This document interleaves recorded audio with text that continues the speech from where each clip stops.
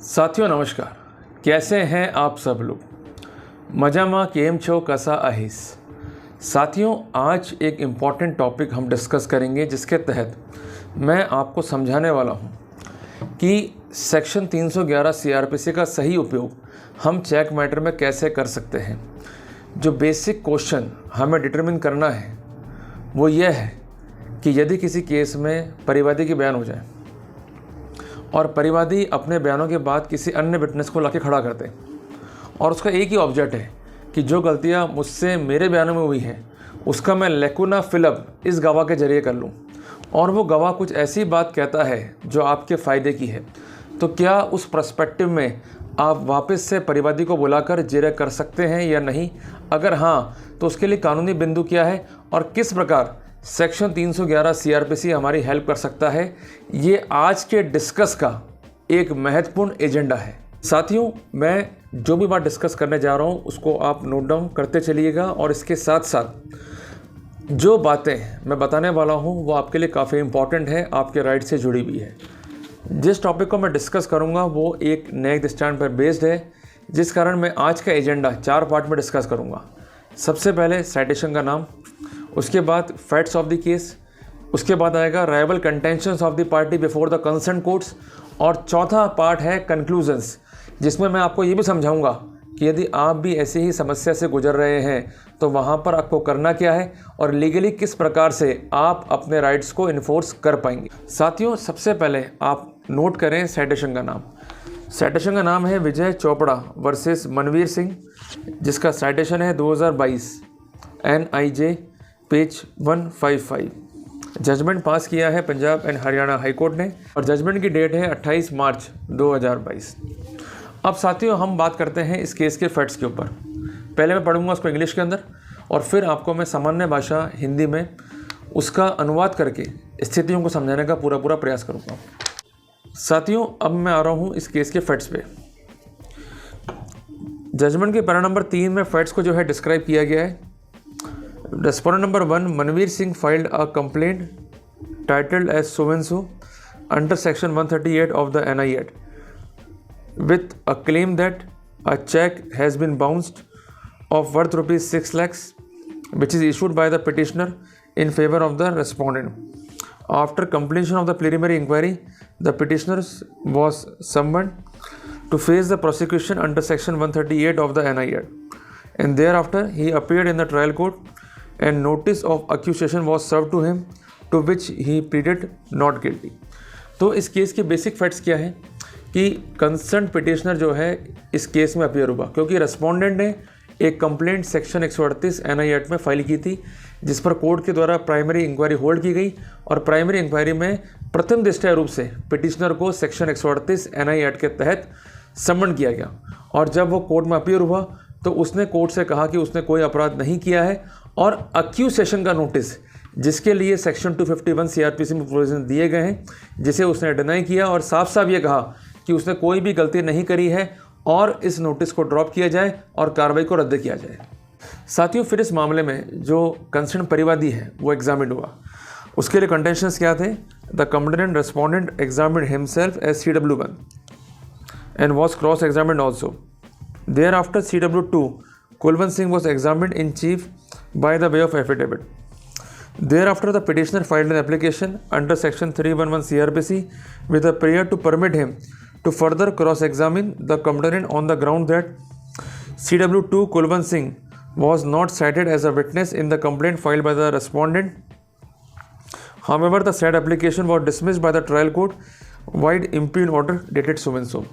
तो इस केस में क्या हुआ कि जब परिवादी के बयान हो गए तो उसने कुलवंत सिंह के जो है बयान कराए, और कुलवंत सिंह ने अपने बयानों में कुछ नई बातें कहीं जो बातें अस्तित्व में नहीं थी परिवादी के बयानों में। और इसके साथ साथ यह एक सरप्राइज एग्जामिनेशन था। प्रीवियसली कोई भी नोटिस डिफेंस को नहीं दिया गया कि हम किन गवाहों को पेश करना चाहते हैं, और ना ही इस बात को परिवाद में इंकॉर्पोरेट किया गया, जिस कारण कंसर्न अक्यूज के द्वारा एक अर्जी कोर्ट में दाखिल की गई और कोर्ट से कहा गया कि जो नए बिंदु हैं उनकी लाइट में मैं परिवादी से जिरह करना चाहता हूं, उसे 311 सीआरपीसी के तहत तलब किया जाए, परंतु ट्रायल कोर्ट के द्वारा उसकी अर्जी को खारिज किया गया। उसके बाद सीधा वो जो है हाई कोर्ट चला गया। यहाँ पर आप एक बात नोट कर लीजिए, आप सबके माइंड में क्वेश्चन आ रहा होगा कि उसने रिवीजन क्यों नहीं फाइल करी। साथियों, उसने रिवीजन इसलिए फाइल नहीं करी क्योंकि section 397 sub clause 2 CRPC interlocutory order के अगेंस्ट जो है रिविजन्स को बार करता है। और ऑनरेबल सुप्रीम कोर्ट ने 2009 क्रिमिनल लॉ रिपोर्टर पेज 330 एक जजमेंट का साइटेशन है, उस केस में ये हेल्ड किया था कि सेक्शन 19(1) CRPC या सेक्शन 311 CRPC के जो आदेश हैं ये इंटरलोकेटरी ऑर्डर्स हैं जिनकी रिविजन्स मेंटेनेबल नहीं है। साथियों, अब जानते हैं फिर इस मामले में क्या होगा। जब ये मामला हाई कोर्ट में गया और सेक्शन 482 CRPC के तहत पिटिशन फाइल हुई तो पिटिशन ने क्या तर्क दिए वो काफ़ी इंपॉर्टेंट है। The petitioner accused contend that witness Kulwant Singh was not cited as a witness in the complaint. As such, the petitioner was taken by surprise when Kulwant Singh was produced as a witness by the concerned complainant without any permission or notice. He further contended that CW2 in his examination in chief deposed regarding certain facts, and in these circumstances it is necessary to summon the concerned complainant so that the necessary facts could be put up to him, and the same is necessary for the disposal of the case. And he also relied on the judgment of Honorable Supreme Court cited as 2013 SCC page 461। तो साथियों, एक important contentions यहाँ पर defence ने raise कर दिया। Defence का ये कहना है कि अगर कोई विटनेस नए फैक्ट लेकर आता है और उस फैक्ट से हम किसी प्रीवियस गवाह को डैमेज कर सकते हैं, और जो नया गवाह आया है ये सरप्राइज विजिट में आया है जिसका प्रीवियस नोटिस या प्रीवियस जानकारी ना तो अक्यूज को है ना ही कोर्ट को है, तो उस पर्सपेक्टिव में ये आवश्यक है कि उस गवाह के फैक्चुअल स्कोर के कॉन्टेक्स्ट में जो प्रीवियस गवाह है उसको तलब किया जाए ताकि उस गवाह से डिटेल्ड जिरह की जा सके और जो कॉन्ट्राडिक्शंस हैं उसको रिकॉर्ड पे लाया जा सके, जिसके लिए सेक्शन 311 CRPC कॉम्पिटेंट है। और उसने ऑनरेबल सुप्रीम कोर्ट के साइटेशन पे भी रिलाई किया और उसके तहत ये प्रार्थना करी कि कंसर्न परिवादी को रीसमन किया जाए। साथियों, उस अर्जी का विरोध जो है परिवादी के द्वारा किया गया और उसका एक ही कंटेंशन था, केवल और केवल डिले करने के लिए ये अर्जी फाइल की गई है, it is liable to be rejected. अब आते हैं कोर्ट के ऑब्जर्वेशन पे। कोर्ट ने अपने जजमेंट के पैरा नंबर 9 में एक ऑब्जर्वेशन दिया, complaint launched by the concern complainant against the petitioner is under section 138 of the NI act and this fact is admitted. ठीक है जी, कि कंप्लेंट जो है फाइल हुई है सेक्शन 138 NI एक्ट के तहत, ये फैक्ट एडमिटेड है। From the perusal of the same it appears that the concerned witness Kulwant Singh was not cited as a witness in the complaint, कि जो concerned witness है कुलवंत सिंह को as a witness कंप्लेंट में site नहीं किया गया और ना ही सेक्शन 204 CRPC की पालना में साइट किया गया है।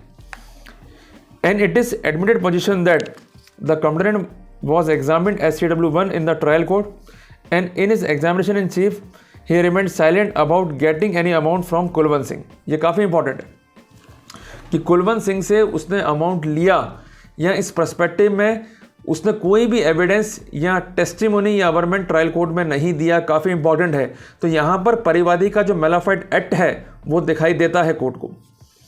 There after the concern complainant tendered Kulwant Singh and in his examination in chief by the way of affidavit he has deposed certain fact in which he submitted that he is close friend of the complainant. He deposed that the petitioner requested for a friendly loan of rupees 6 lakhs to complainant in the first week of February 2018. For that purpose, the complainant took a loan of rupees 4 lakh from him. It is further clarified that out of the said amount, 2 lakh was withdrawn by him from his account maintained at HDFC Bank, and 1.5 lakhs was withdrawn from Punjab National Bank, and another 50,000 रुपये और 50,000 were lying with him. As such, CW2 handed over rupees 4 lakh to the respondent number 1 or complainant, and all these facts was disclosed by the concerned witness CW2 in his examination in chief, which was not pleaded by the concerned complainant in his examination, and that's why it is necessary to summon the said witness Mr. Kulwant Singh. तो court ने एक important बात अपने फैसले में क्या लिखी कि जो कंसर्न्ड व्यक्ति है कुलवंत सिंह, उसने अपने बयानों में कहा कि ये बात उसकी जानकारी में थी कि परिवादी ने मुलजिम को 6 लाख रुपए का लोन दिया, पर चूंकि उसकी फाइनेंशियल कैपेसिटी नहीं थी, जिस कारण 4 लाख रुपए का लोन उसने दिया, जिसमें 2 लाख रुपए उसने HDFC बैंक से दिए, 1.5 लाख रुपए उसने किसी अन्य बैंक जिसका नाम बताया PNB बैंक से दिए, और 50,000 रुपये उसके पास कैश में थे। और ये सारा अमाउंट जब उसने परिवादी को दिया तो परिवादी ने अमाउंट 2 लाख रुपए इसमें ऐड करके 6 लाख रुपए का amount as a loan accused को जो है प्रदान किया। और इन सब फैक्ट्स को, जो कि इस केस के लिए मटेरियल थे, जिस पर कंसर्न अक्यूज को राइट था to have a cross examination, ये परिवादी ने साइलेंट रखे, उसे छुपा लिए, और अचानक for the first time in the testimony of Kulwant Singh ये फैक्ट जो है निकल कर आए। कोर्ट का कहना है section 311 of CRPC confers a wide power on the court to do justice, and for this it may summon or re-summon any person if already examined, if his evidence appears to be essential for the just decision of the case.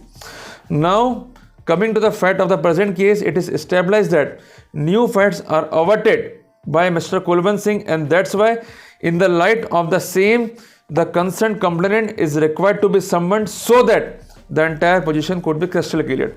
In the view of the above, the impugned order is set aside and the application under section 311 of CRPC is allowed with the permission to further cross-examination the complainant with regard to the new facts submitted by Mr. Kulwant Singh. तो court का कहना है कि चूंकि कुलवंत सिंह के द्वारा नए facts डाले गए हैं, उसको ब्रिंग आउट किया गया है और उसकी लाइट में परिवादी के एग्जामिनेशन काफ़ी ज़रूरी है, ताकि अक्यूज्ड उसकी लाइट में एक प्रॉपर जिरह कर सके, विरोधाभास ला सके, और जो टारगेट है लीगली इन्फोर्सेबल डेट को हिट कर सके। तो साथियों, इस पर्सपेक्टिव में अर्जी को अलाउ किया गया और कंसर्न परिवादी को तलब किया गया, ताकि जो कुलवंत सिंह के द्वारा नए फैक्ट्स बताए गए हैं उसकी लाइट में उससे क्रॉस एग्जामिनेशन किया जा सके। तो साथियों, एक इंपॉर्टेंट बेनिफिट डिफेंस के लिए और एक इंपॉर्टेंट झटका परिवादी को। अब प्रश्न ये बनता है कि अगर हम भी ऐसे ही समस्या से गुजर रहे हैं तो हमें वहाँ पर करना क्या। साथियों, कई बार ये होता है कि हम एक बेटर जिरह करते हैं और लेकुना फिलअप करने के लिए परिवादी किसी अन्य गवाह को एग्जामिन करता है। अगर उस गवाह के एग्जामिनेशन में कोई नए फैक्ट निकल के आ रहे हैं तो आपको तुरंत ही सेक्शन 311 CRPC की अर्जी मूव करनी है और उसकी लाइट में गवाह को रिसमन करना है। मैं बात कर रहा हूँ परिवादी की, अन्य गवाह की। और उसके बाद आप एक डिटेल जिरह से विरोधाभास की स्थिति लेकर आ पाएंगे और उसका फायदा आपको मिल जाएगा और निश्चित तौर पर जो बेसिक प्रिजम्पशन है उसको हम रिब्यूट कर पाएंगे। साथियों, एक बात ध्यान रखिएगा कि सेक्शन 118 और सेक्शन 139 में प्रिजम्पशन है, तो वहां पर उसे रिब्यूट करने की हर एक अपॉर्चुनिटी आपको मिलनी चाहिए। अगर प्रोसिक्यूशन गलत है, फैक्ट छुपाता हुआ रहा है और ये फैक्ट अचानक रिवील होते हैं, तो उस पर्सपेक्टिव में आपके पास पूरा का पूरा मौका है डैमेज करने का प्रोसिक्यूशन को। तो घबराए नहीं, अपने राइट्स को इन्फोर्स करें, निश्चित तौर पर हम जीतेंगे। तो साथियों, अगर आपको वीडियो अच्छा लगा तो वीडियो को लाइक और शेयर जरूर करना। मिलते हैं एक नए टॉपिक के साथ, तब तक के लिए जय हिंद, जय भारत।